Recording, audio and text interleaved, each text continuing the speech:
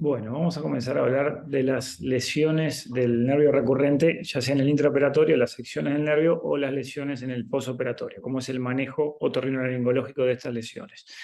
Primero que nada, vamos a dividirlos en las lesiones intraoperatorias y las lesiones que se ven en el posoperatorio. Las intraoperatorias es cuando se secciona el nervio, que no es lo habitual, pero si hay una sección directa del nervio, eso requiere habitualmente lo que es una neuroanastomosis, una anastomosis del nervio, que se puede hacer una sutura directa con un equipo de microcirugía para hacer una sutura término-terminal o interponer diferentes nervios para volver a reconectar ese nervio.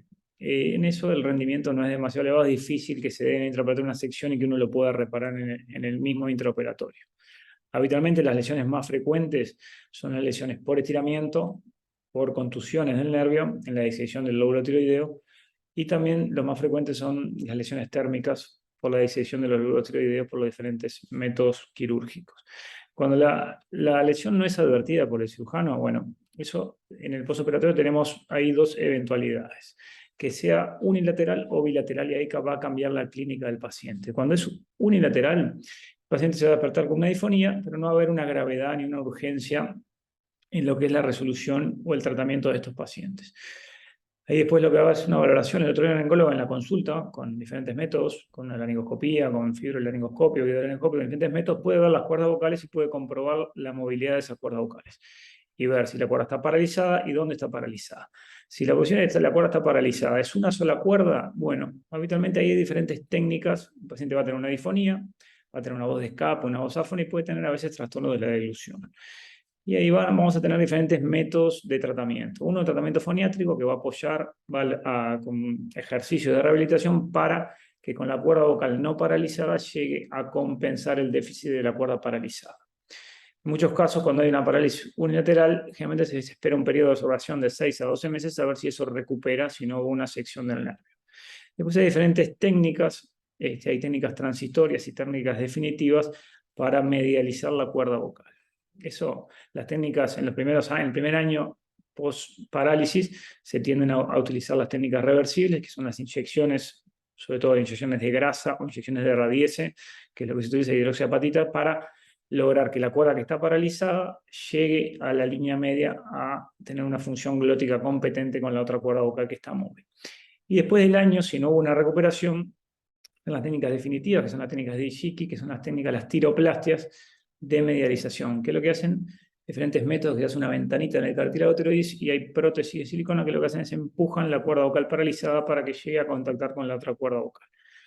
Eso, con la parálisis unilateral, es un poco la conducta control con el otorrinolaringólogo, se hace un diagnóstico clínico en la consulta, si ahí está la parálisis, bueno, técnicas reversibles en el primer año y técnicas irreversibles o más permanentes después del año si no recuperó la parálisis.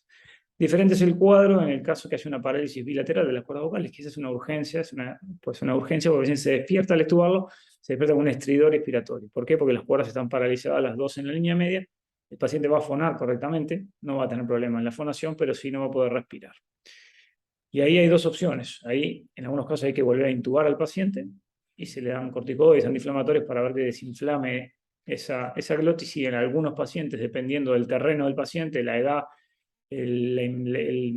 la necesidad respiratoria que tenga ese paciente, puede tolerar una parálisis bilateral de las cuerdas vocales sin requerir algún procedimiento quirúrgico en la extubación, que ahí es la traqueotomía lo que va a requerir el paciente. Si el paciente en la extubación, el paciente pierde un estridor y no responde a ninguno de los tratamientos médicos, bueno, hay que hacer una traqueotomía de seguridad para ese paciente.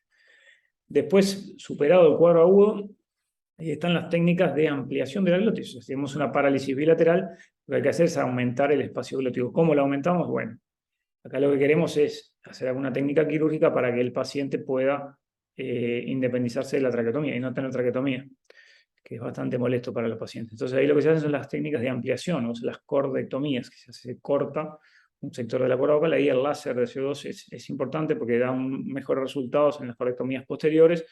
A veces son cordectomías y aritenoidectomías, o sea, tenemos que abrir una ventana mayor.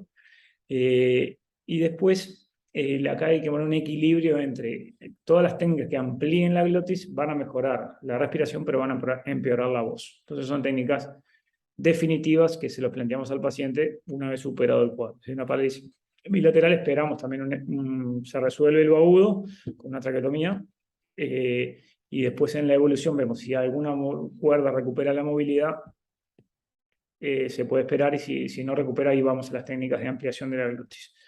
Entonces, como resumen, es un poco de manejo práctico, es bueno, si se cortó el nervio, bueno, como cualquier lesión del nervio, si uno ve que cortó el nervio, bueno, suturarlo.